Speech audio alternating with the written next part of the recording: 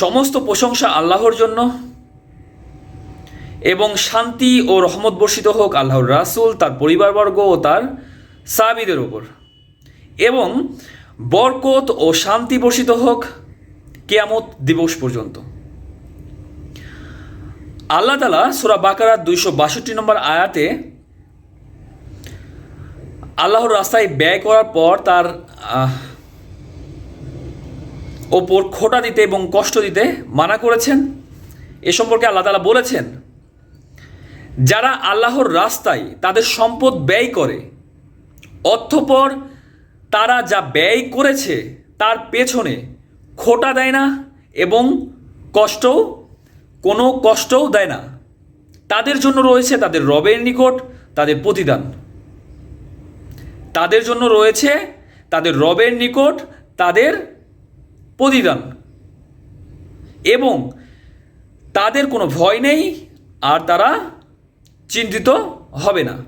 তাহলে এখানে আল্লাহ তাআলা বলেছেন যে যারা আল্লাহর রাস্তায় ব্যয় করে এবং ব্যয় করার পরে সেই দান বিষয়ে কোনো খোঁটা দেয় না এবং সেই দান বিষয়ে কাউকে কষ্টও দেয় না, তাদের জন্য তাদের রবের নিকট তাদের প্রতিদান রয়েছে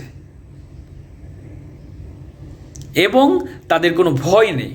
আল্লাহ তাআলা বলতেছে এবং তাদের কোনো ভয় নেই, তাদের আর কি লাগে, আর তারা চিন্তিত হবে না।